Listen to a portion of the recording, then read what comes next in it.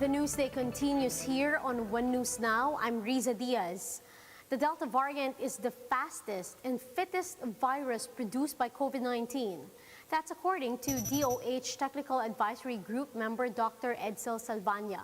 Speaking at the President's talk to the people last night, Salvania said the Delta variant is 60% more transmissible and deadlier than the original SARS-CoV-2 virus.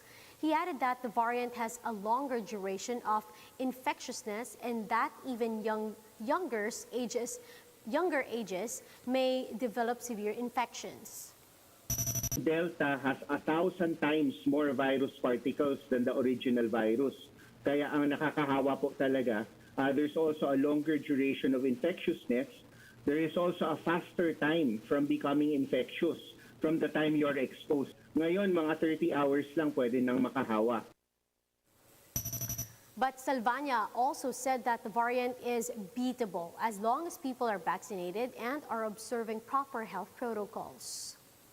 It is beatable with our minimum health standards, face shield, face mask, physical distancing, and of course we have to vaccinate everyone. We just really need to make sure na mag-level up rin po yung ating compliance because the virus has really leveled up. The treatment remains the same. The Philippines now inoculates nearly 500,000 Filipinos per day. That is according to the latest data released by the COVID-19 National Task Force. In a statement, vaccine czar Carlito Galvez Jr. said that on July 22, some 472,000 jabs were administered nationwide, the highest single-day tally so far.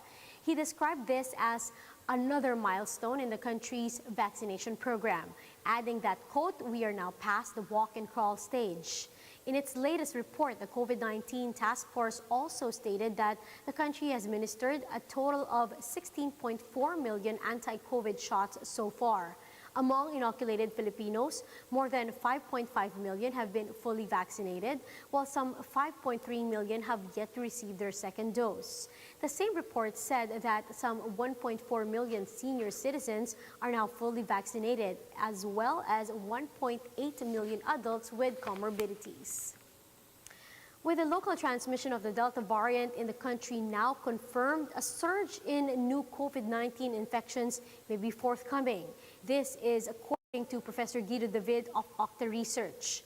Speaking to One News earlier, David said that despite technical issues in the Health Department's COVID reporting, the figures remain fairly accurate. He suggested that with the present threat of the Delta variant, both the government and the public should be more cautious and act as if there is already an increase in cases. In line with this, David said he welcomes the implementation of tighter restrictions. We support the decision of the national government to implement a GCQ with heightened restrictions and to increase the curfew hours because this is in preparation for a possible surge. A surge might be forthcoming if we don't do anything. David also noted that the Delta variant has disrupted the healthcare system in most countries where it was detected.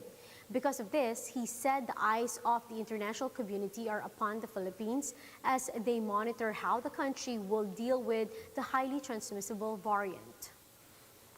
The world, the international community is probably watching us and seeing what will happen. Let's try to win this one for the Philippines and work together, and let's try to show that we can be resilient and beat this Delta variant. The Finance Department says the government has enough funds to vaccinate the entire adult population by the end of the year. Finance Secretary Sonny Dominguez said that Philippines is expecting to receive 171 million doses in 2021, enough to vaccinate all Filipino adults in the country. Dominguez adds that 65 million vaccines are expected to arrive until September 30.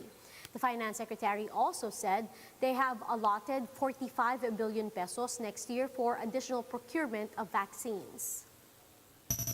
By the end of this year, we will be able to vaccinate the entire adult population of the Philippines. Hopefully, everybody will agree to be vaccinated. Number two, for next year, we already have 45 billion pesos in the budget and already financed for whatever the DOH is going to recommend.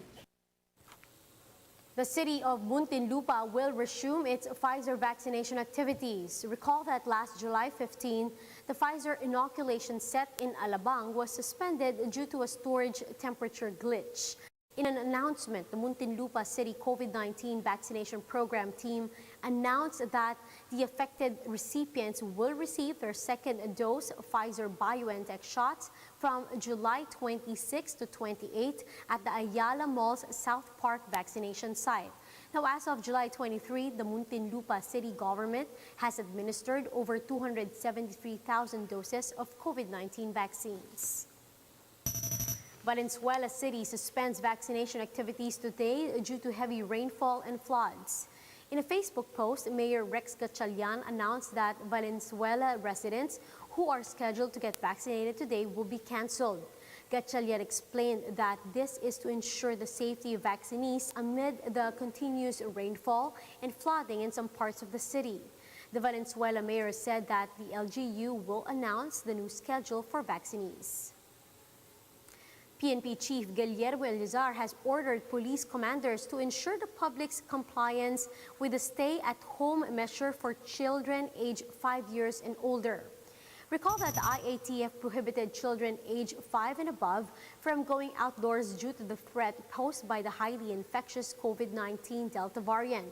Elizar also asked parents to keep a close watch on their children and reminds them the kids could be super spreaders if they are exposed to the virus.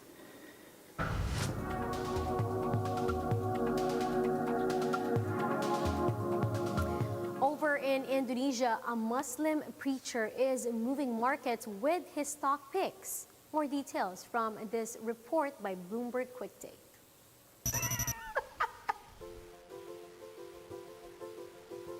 Ini mau live.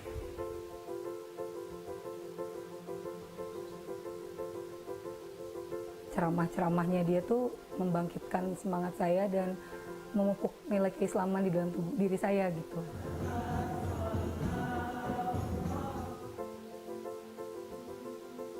Mungkin yang begitu-gitu menjadikan orang tuh ngelihat ini keluar dari sekat agama tertentu barangkali gitu.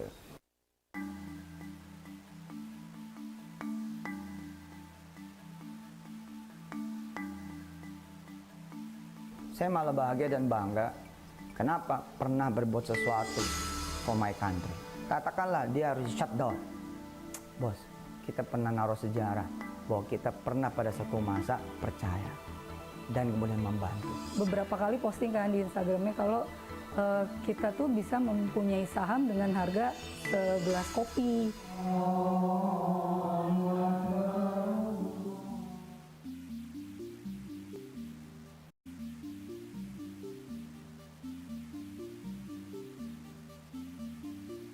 Orang-orang yang punya kecenderungan fikih moderat ini menahan diri untuk tidak bicara.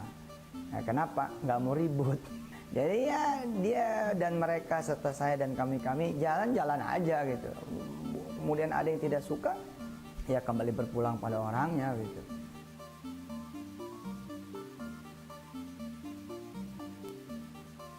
Nah, di situ banyak sejarah yang kemudian dimulai. Di antaranya adalah saya menjadi penghafal Quran. Apalagi saya di dalam nulis buku. Makanya kan ini kan dalam rangka nebus juga gitu kan. Termasuk di urusan investasi ini. Yang keinginan saya kan mereka menjadi owner ya.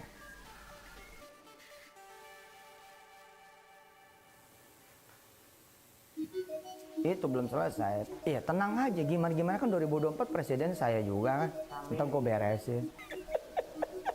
Ya anggap saja kita berinvestasi gitu. Karena dia juga ngajarin kita untuk nggak serakah gitu. Dari masjid kita bisa beli Manchester City, bos. Ronaldo, Messi, Neymar, semua.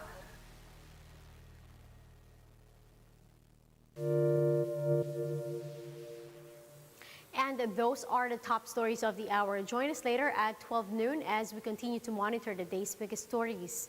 You can also catch One News on Signal Play app. Register for a free account now at www.signalplay.com and stream One News live anytime, anywhere. I'm Riza Diaz. Mask on, wash hands, and stay safe, Philippines.